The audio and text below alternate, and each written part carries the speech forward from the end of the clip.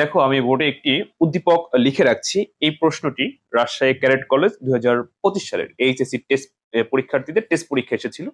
তো তোমরা যারা এইচএসসি পরীক্ষার্থী আছো তোমাদের পরীক্ষায় ও এই ধরনের এইচটিএমএল আসতে পারে। এটি খুবই গুরুত্বপূর্ণ এক ধরনের এইচটিএমএল। এই ধরনের এইচটিএমএল কে বলা হয় নো স্টেট এইচটিএমএল, অর্থাৎ তালিকার মধ্যে তালিকা।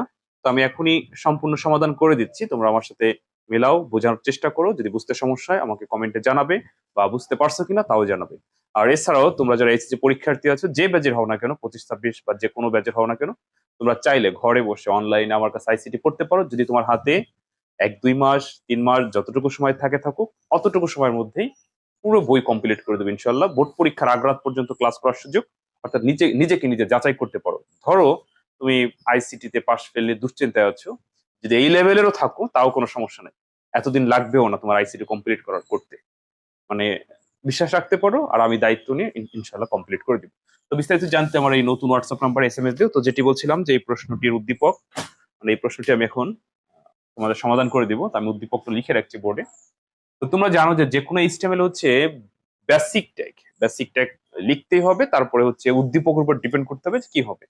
তো আমি এই জায়গায় তোমাদেরকে সমাধান করে দেওয়ার চেষ্টা করছি। দেখো, আর তোমরা জানো যে কোনো এইচটিএমএল হচ্ছে বডি পর্যন্ত হচ্ছে বেসিক ট্যাগ, মানে বডি পর্যন্ত লিখতেই হবে। আমি উপরেরটা লিখলাম না, তোমরা বুঝে নিও।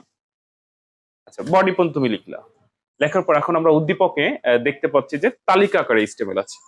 তো তালিকার মধ্যে তালিকা থাকলে নোস্টেড এইচটিএমএল বলে। আর তালিকার এইচটিএমএল দুই ধরনের হতে পারে, একটা ওএল, একটা ইউএল। কি বলছি বলো তো?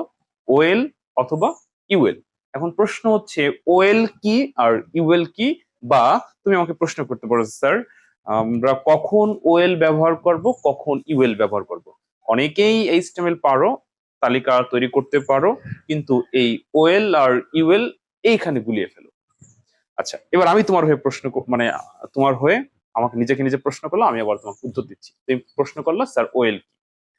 ওএল এর পুনরূপ হচ্ছে অর্ডার লিস্ট, অর্থাৎ যখন তালিকা আকারে থাকবে এবং ধারাবাহিকভাবে সাজানো থাকবে তখন ওএল ব্যবহৃত হয়।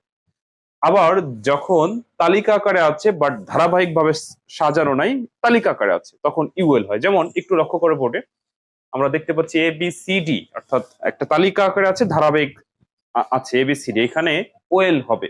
আবার এখানে লক্ষ্য করো গ্রিন এবং ব্ল্যাক, এটাও তালিকা আকারে আছে বাট ধারাবাহিক ভাবে নাই, দুজন কি একই ডিজাইন একই স্টাইল আছে। তো এইটা যখন তুমি তৈরি করবে তখন তোমার ব্যবহার করা লাগবে ইউএল। কি বলতো? ইউএল। আর ধরো তুমি যদি জীবনে এগুলো না করো বা এগুলো না জানো, তাহলে আমি যত ভালো করে বুঝাই না কেন তোমার মাথার উপর দিয়ে চলে যাবে। তো এক্ষেত্রে তোমরা আমার এই কোর্সে ভর্তি হইতে পারো। ঠিক আমার এই ক্লাসগুলো করলে মনে হয় না যে খুব বেশি প্রশ্ন তোমার ভিতর থাকবে। 2 4টে প্রশ্ন যদি থাকে তাও আমি আমার সাথে সরাসরি কথা বলে সমাধান করে নিই। আচ্ছা, বডি পর্যন্ত লেখার পর আমরা এই উদ্দীপকটা শুরু করবো। তো আমরা দেখতে পাচ্ছি প্রথমে তালিকা আকারে আছে ধারাবাহিকভাবে, এই জন্য আমরা লিখবো ওএল টাইপ সমান সমান ডাবল ডট কমার ভিতরে কি লিখবো বলতো? এ। ওকে, আচ্ছা, ওএল টাইপ এ। এখন এই ওএল টাইপ এ লেখার পরে ধরো এবিসিডি আর তোমার লেখা লাগবে না, অটোমেটিকলি তালিকা তালিকা নিতে থাকবে। তো এখানে লিখবা হচ্ছে এলআই শুরু, এলআই শেষ, আবার এলআই শুরু, এলআই শেষ। আমি ওখানে উদ্দীপক দিয়েই তোমাদেরকে একদম লিখে দিচ্ছি। এটা কিন্তু উত্তর। এটা কি বলতো?